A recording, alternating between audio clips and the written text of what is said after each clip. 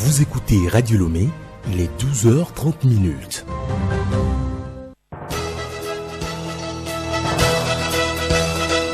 Le journal Sylvie Changai.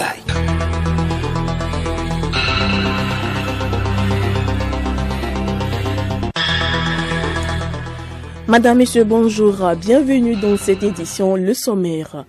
Un guichet unique pour l'enseignement et un registre des ménages pour un meilleur suivi et exécution des programmes du gouvernement. Tels sont entre autres sujets abordés hier en Conseil des ministres. Les détails dans cette édition.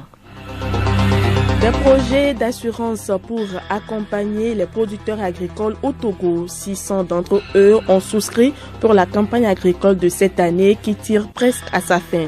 Ils seront indemnisés en cas de perte. À partir du 1er janvier prochain, le Burkina Faso ne fera plus partie du programme AGOA. Une décision de la Maison-Blanche motivée par l'absence de progrès démocratique après 2 coups d'État militaires dans le pays. Et puis sport, football, les clubs comme Real Madrid, Liverpool et Bayern sont qualifiés pour les 8e de finale de la Ligue européenne des champions. La 6e et dernière journée du match de groupe a été jouée hier.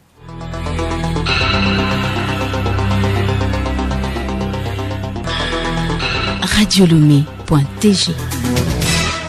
Bienvenue à tous. Réunion hier à Lomé du Conseil des ministres sous la présidence du chef de l'État, Faure Essozom Nanyasingbe. Les travaux ont porté sur l'examen d'un avant-projet de loi, un projet de décret de communication et les divers.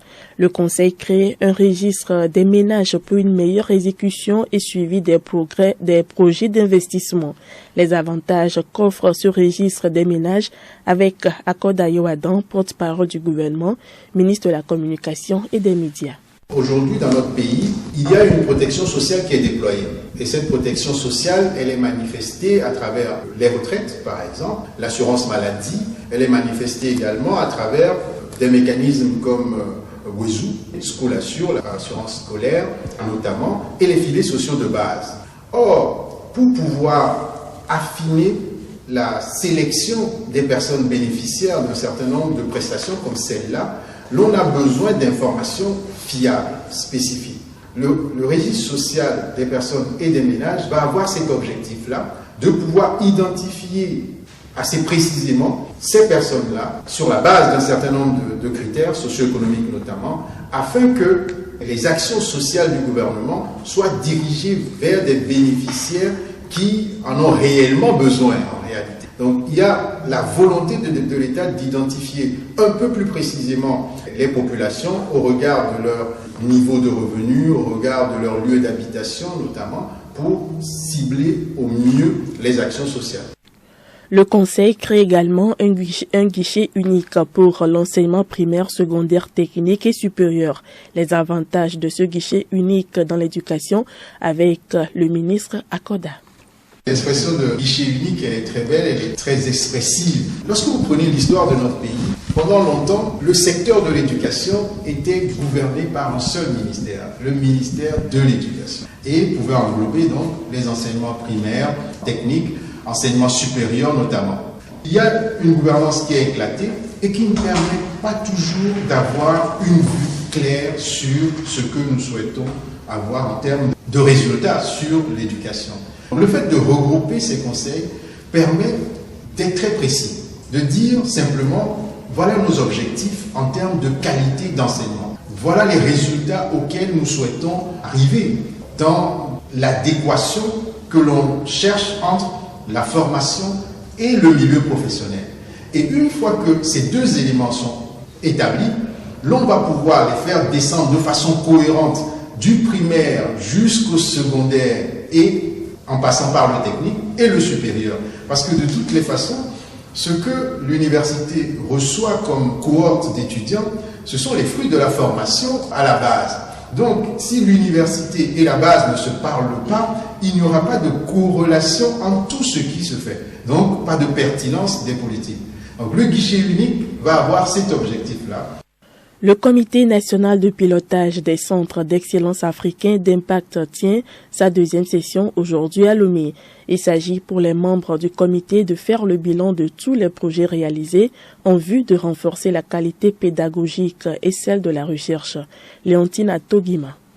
Ces universitaires vont passer au peigne fin les résultats des centres d'excellence africains dont dispose le Togo afin de définir les perspectives. Professeur Kwame Kokou, membre du comité de pilotage régional. Nous allons écouter chaque centre sur les résultats engrangés ces derniers temps parce qu'au niveau de ces résultats, on les juge sur leur performance. D'abord un jugement au niveau de l'université de Lomé, au niveau du gouvernement. Le gouvernement doit savoir l'argent qu'il a placé dans ces centres-là, comment ces fonds sont utilisés. Ils ont planifié des activités à venir. Et nous allons voir est-ce que ces plans d'activité permettent vraiment d'arriver à 100% de taux de mise en œuvre à la fin du projet en 2024. Les 3 centres d'excellence africains du Togo regorgent des étudiants dans les domaines de la sécurité alimentaire, de l'énergie et de l'habitat. Plus de précisions avec le président du comité de pilotage, le ministre de l'enseignement supérieur et de la recherche, professeur Iou Ouatiba. Il y a un centre d'excellence qui s'intéresse aux questions agricoles, l'élevage, dont le centre d'excellence régional sur les sciences aviaires.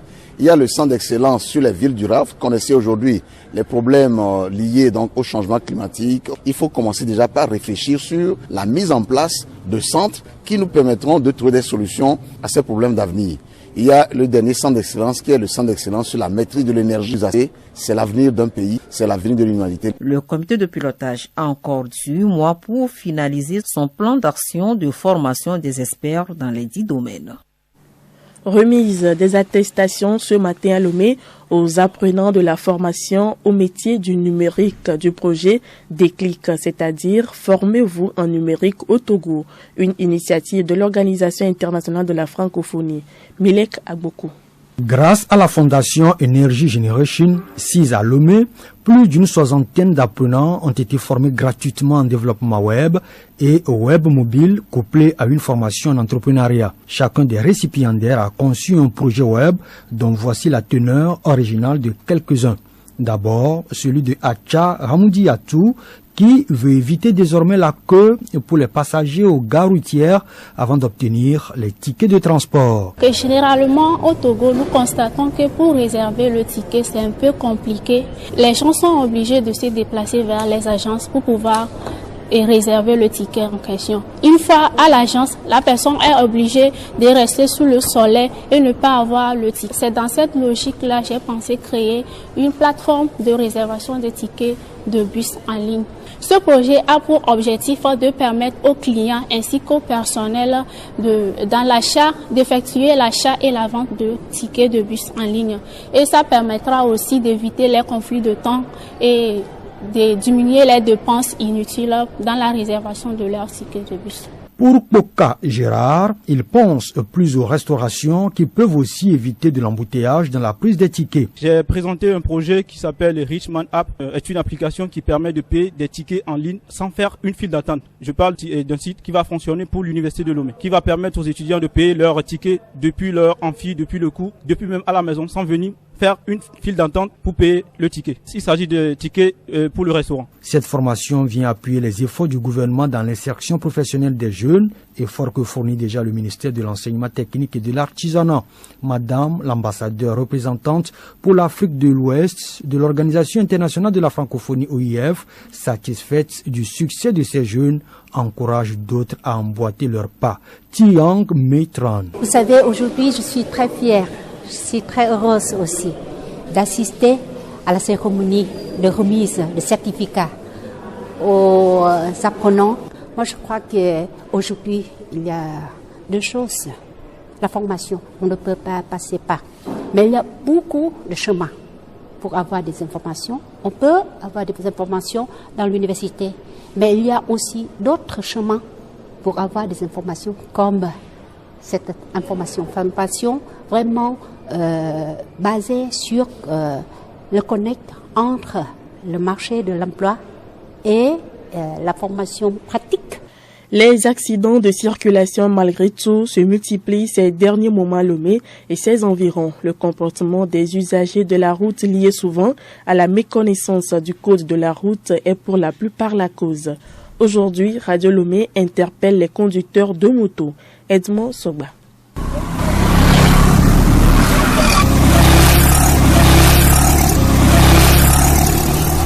Ce motocycliste n'a pas de casque, il a un écouteur dans son oreille et en plus il roule à vive allure. Ses comportements entraînent vite des accidents de la circulation.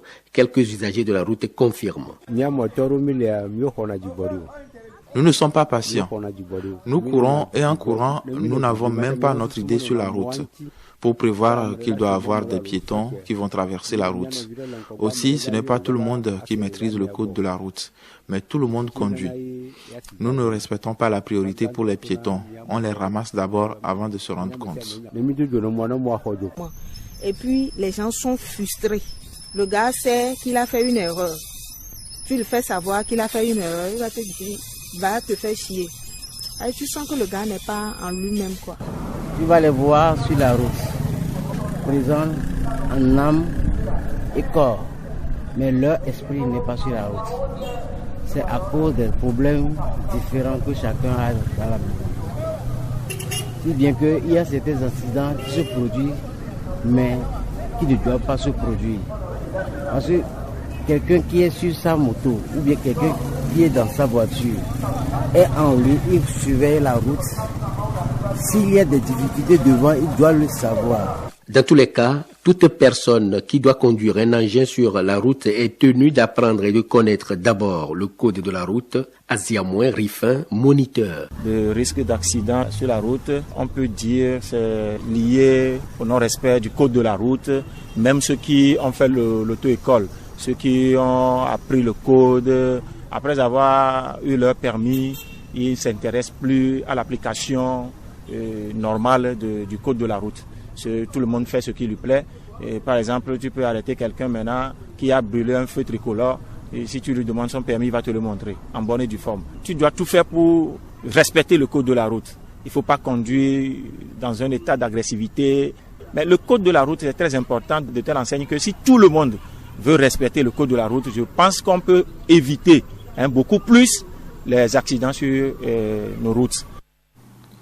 Elles pourront se sentir réconciliées avec la mer. Elles, ce sont les populations du littoral à hauteur d'Agbo-Drafort qui ont répondu massivement présentes ce matin au lancement des grands travaux de protection des côtes du projet Waka. C'est la plage de la mairie de la commune des Lacs qui a offert son cadre. Nous retrouvons Juliette Kamdé en direct d'Anéro. Elle est à la plage. Tendez bien les oreilles, le vent souffle. Projet de projet de vie. Voilà comment le maire de la commune du Lac 1, maître Alexis Akrebourou, a qualifié les travaux d'enrochement du littoral qui vont être réalisés pour freiner la mer dans son avancée. En jour, c'est le Premier ministre, Madame Victoire Toné-Jacobi, qui a procédé au lancement des travaux face à un grand public de personnalités, mais aussi anonymes. Il s'agit d'une cérémonie conjointe entre le Togo et le Bénin, pays frères et amis, représentés par son ministre du cadre de vie et du développement durable, Didier Matin. Sylvie, vous l'aurez compris, nous sommes à la plage, pris par le vent et par le bruit de la mer. Depuis Anéran, Juliette une des collaborations techniques RDAC pour Radio Lomé. Des opportunités s'offrent désormais aux producteurs grâce au projet Farmcova. Parmi les 600 producteurs qui ont souscrit à l'Orico Assurance, ceux qui ont perdu leur culture à cause des aléas climatiques vont être indemnisés. Odette Pira nous en parle dans le magazine agricole de ce jour. Sur les 4000 producteurs enregistrés sur toute l'étendue du territoire national, 600 ont pu souscrire pour cette campagne agricole. Ces derniers vont être indemnisés en cas de perte de récolte à la fin de la saison agricole. Le projet FAMCOVA accompagne les producteurs depuis la semis jusqu'à la récolte. Angèle Toquinlo, assistante de projet. Alors le projet FAMCOVA est l'assurance agricole qui est destinée à couvrir les producteurs, à les protéger contre la sécheresse et l'excès de pluie. Actuellement, nous sommes sur toute l'étendue du territoire togolais. L'assurance couvre 4 produits.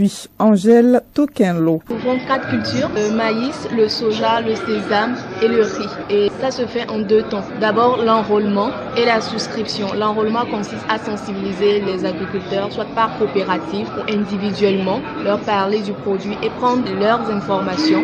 Jeudi prochain, nous parlerons de la conservation des produits agricoles. Le journal Sylvie Changai. Les États-Unis veulent exclure le Burkina Faso de l'accord commercial AGOA. La décision de la Maison-Blanche sera effective à partir du 1er janvier prochain. Elle justifie sa décision par l'absence de progrès démocratique après 2 coups d'État militaires dans le pays. Au Sénégal, l'opposant Ousmane Sonko est convoqué ce jeudi devant le doyen des juges d'instruction. Il est visé par une plainte pour viol déposée depuis 2021 par une employée de salon de massage. En vue de cette audition, un important dispositif de sécurité a été déployé dans la capitale. Cette affaire judiciaire avait provoqué de violentes émeutes qui avaient fait au moins 13 morts dans le pays en mars 2021.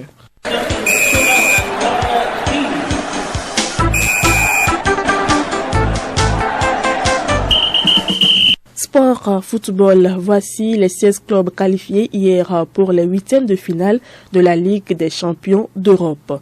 Bayern, Benfica, Chelsea, Club Brugge, Dortmund, Francfort, Inter Milan, Leipzig, Liverpool, Manchester City, AC Milan, Naples, PSG, Porto, Real Madrid et Tottenham. Cela fait au total 4 clubs anglais, 4 allemands, 3 donc italiens, 2 portugais, 1 espagnol, 1 français et 1 belge.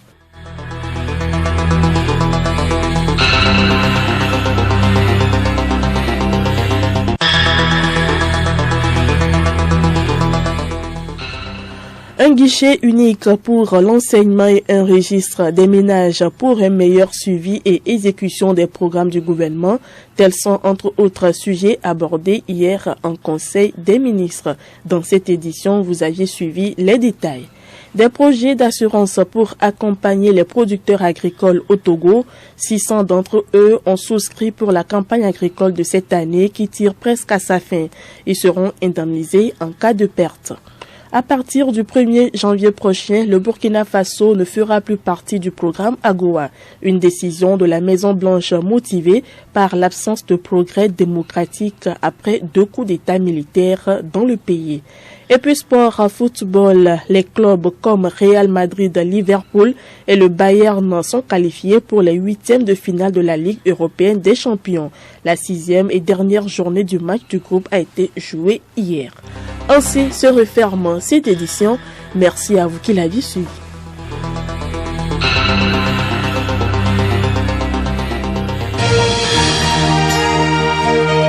Radio Lomé, boîte postale 434, email radiolomé@radiolomé.tg. radiolomé.tg